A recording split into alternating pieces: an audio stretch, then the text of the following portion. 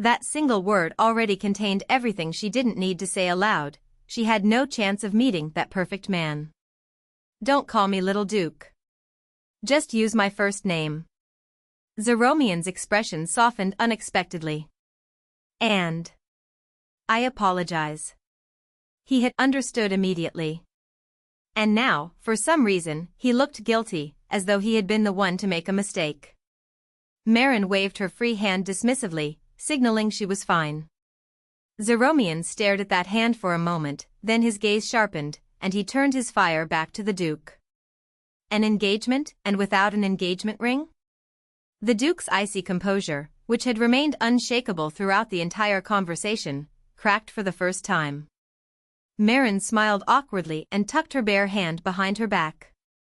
Did you ask Lady Marin's mother for permission? The crack widened. Now the Duke looked genuinely at a loss. Zeromian read the answer on his face and snorted. You see? What kind of engagement is this with someone who doesn't even know the proper procedures? I received permission. Marin, meanwhile, studied the Duke with open curiosity. His reaction struck her as strange. Zeromian crossed his arms and clicked his tongue. Tisk tisk. Instead of getting engaged to such an insensitive man, why not become my apprentice instead? What? I'll give you everything you need. Kay. At the Duke's call, Kay materialized from the shadows and dropped to one knee before him. Yes. Throw this one out. Kay nodded slightly and moved toward Zeromian. Kay. Zeromian's voice rose in exasperation. I told you not to appear like that and frighten everyone. It's part of my duties, Kay answered evenly, entirely unbothered.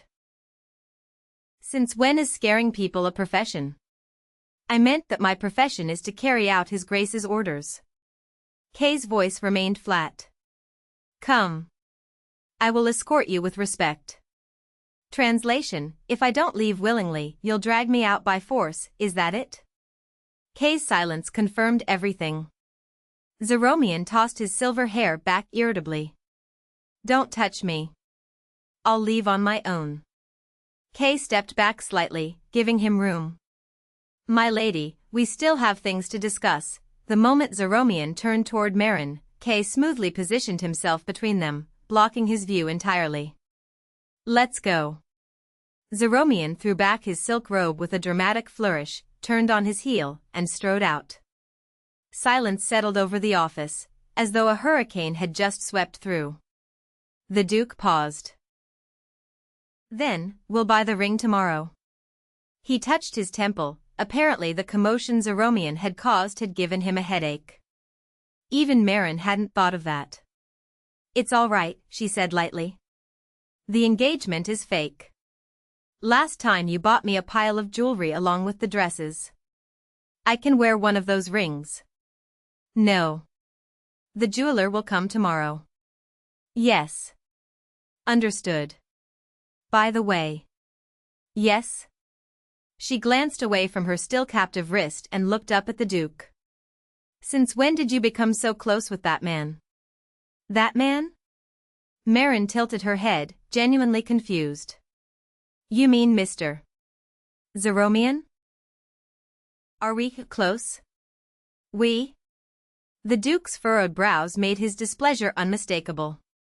Well. Marin chose her words carefully. When Mr. Zeromian was Mr. Zero, he often kept me company. In conversation. Kept you company? The Duke repeated her words, and his face turned cold as the north wind. Marin's pale green eyes flickered nervously. It almost seemed like the Duke was fixating on her words. Almost. Sometimes we would meet in the library when I was choosing books to read to your grace. Sometimes? His voice sharpened. How often? Once or twice a week. Marin answered honestly. That often? Is that a lot? She looked at him with genuine confusion. What's wrong with that? You think it's not much? The Duke raised an eyebrow as though she had said something utterly absurd. Have I done something wrong? You're changing the subject. Marin's mouth fell open in bewilderment at his sharp reproach. Perhaps you're right. It was often. She decided to simply confess in order to end this strange interrogation. But, when will you let go of my hand? Only then did the Duke seem to realize he had been gripping her wrist the entire time. He released it awkwardly.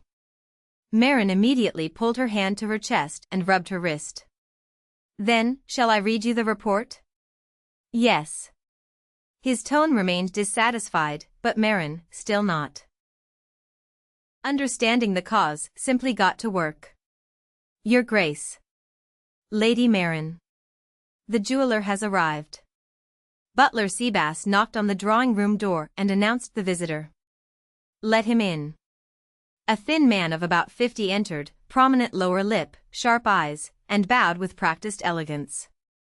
It is an honor to meet your Grace and your fiancé. Yoruri Hackers, the Empire's finest gemologist, master jeweler, and proprietor of the Hackers Jewelry House. At your service. It's been some time. Yoruri's eyes sparkled with barely contained delight at being remembered. It is an honor for my entire family that your Grace recalls us. Let's proceed. Yes, of course. He clapped his hands, and his assistants entered carrying case after case. I've brought 100 select engagement rings, all of the highest quality. I don't know if your fiancé is aware, but our house boasts 300 years of tradition. I would like to concentrate. Yes. Yoruri clapped his mouth shut mid-sentence. Marin looked at the rings laid out before her, dazzling, almost blinding in their brilliance, and felt a wave of timidity. Before her family's ruin, she had grown up in a wealthy noble household. But she had never seen so many rings gathered in one place. Does anything catch your eye? At the Duke's question, Marin drew a steadying breath. Until now, she had only discussed the engagement among those who knew the truth. But here, in front of strangers, she had to play the role of a woman in love. She clenched her fists, raised them cutely to her face, and tilted her head. My handsome Duke, will you help me? There are so many, I simply can't decide. Her sudden, saccharine appeal plunged the room into stunned silence. Marin's pupils trembled. By the door, Butler Seabass had turned away, his shoulders shaking suspiciously. Her cheeks flushed scarlet. She lowered her hands and fixed her gaze on the floor. My dear, I would gladly assist, but circumstances do not permit. The Duke covered his mouth, barely suppressing his laughter.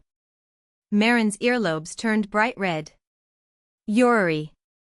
Recommend a ring to match the color of my bride's eyes. Yoruri, momentarily thrown off by the sugary display, recovered instantly. I'll select one immediately.